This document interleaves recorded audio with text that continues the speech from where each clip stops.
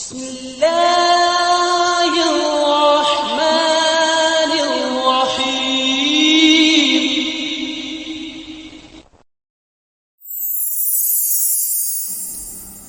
کیا ہوگا اگر میں آپ کو بتاؤں کہ پہلا انسان صرف تخلیق ہی نہیں کیا گیا بلکہ اللہ تعالیٰ کے ہاتھوں سے بنایا گیا، حکمت سے نوازا گیا اور ایک آزمائش کے ساتھ آزمایا گیا جو پوری انسانیت کو تشکیل دے گا؟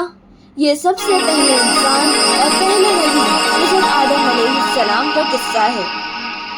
وقت سے پہلے، جیسا کہ ہم جانتے ہیں، اللہ نے ہر چیز کو پیدا کیا، آسمان، ستارے، زمین اور پھر ایک خاص تخلیق۔ اللہ تعالیٰ نے فرشتوں کو اعلان کیا کہ میں زمین پر ایک جانشین پیدا کروں گا۔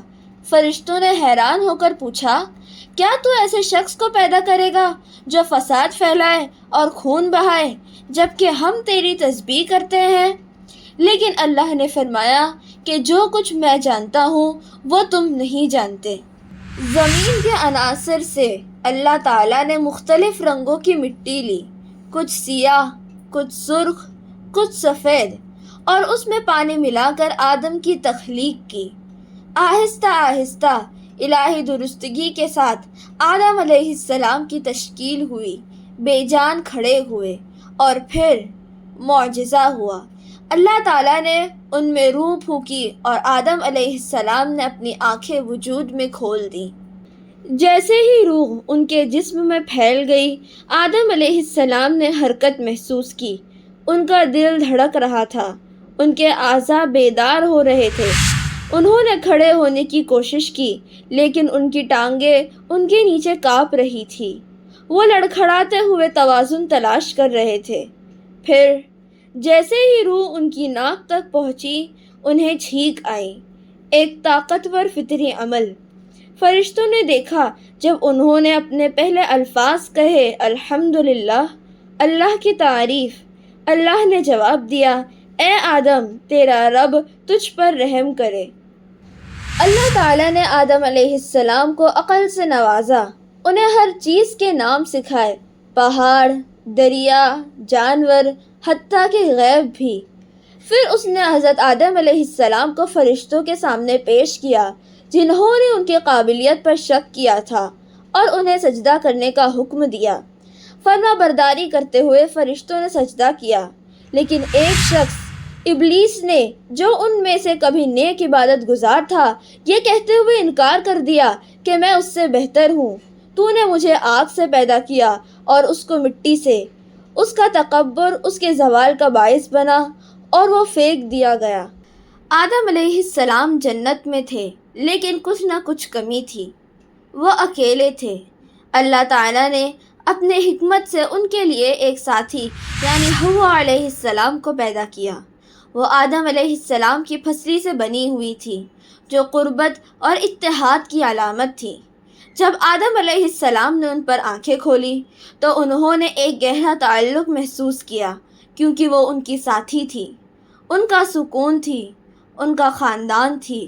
وہ مل کر انسانیت کی کہانی شروع کرنے والے تھے۔ آپ اور آپ کی اہلیہ جنت میں سکون سے رہ سکتے ہیں اور اس کی نعمتوں سے اپنی مرضی کے مطابق لطف اندوز ہو سکتے ہیں، لیکن اس مخصوص درخت کے قریب مت جانا ورنہ آپ ظالموں میں سے ہو جائیں گے۔ اللہ نے آدم علیہ السلام اور حوا علیہ السلام کو جنت کی نعمتوں، اس کے باغات، اس کی ندیوں، اس کے ابدی سکون سے لطف اندوز ہونے دیا، لیکن ایک اصول تھا، واضح حکم، اطاعت کا امتحان، اور ایک وقت کے لیے آدم علیہ السلام اور حوا علیہ السلام امن سے رہے، اللہ کی حکمت پر کبھی سوال نہیں کیا۔ ابلیس کے وسوسوں میں آ کر انہوں نے پھل کا مزہ چکھ لیا اور فوراً ہی ان کے آسمانی لباس غائب ہو گئے۔ اپنی غلطی کا احساس کرتے ہوئے توبہ کر لی، لیکن امتحان شروع ہو چکا تھا۔ زمین پر اتر جاؤ، اللہ نے حکم دیا۔ ان کا نیا گھر اب جنت نہیں رہا بلکہ آزمائشوں اور مشکلات کی دنیا تھی۔ ان کی غلطی کے باوجود اللہ کی رحمت بہت زیادہ تھی۔ آدم علیہ السلام اور حوا علیہ السلام نے سچے دل سے توبہ کی اور اللہ نے ان کی توبہ قبول کی۔ آدم علیہ السلام پہلے نبی بنے جنہوں نے اپنے بچوں کو ایک سچے خدا کی عبادت کرنے کی ہدایت کی۔ ان کی کہانی ہمیں یاد دلاتی ہے کہ اگرچہ ہم گر سکتے ہیں، حقیقی کامیابی توبہ اور اللہ کی اطاعت میں ہے۔ آدم علیہ السلام کی کہانی انسانیت کی کہانی ہے، ایک یاد دہانی کہ غلطیاں ہمارے سفر کا حصہ ہے، لیکن توبہ اور ایمان ہمیشہ ہمیں روشنی کی طرف واپس لا سکتے ہیں۔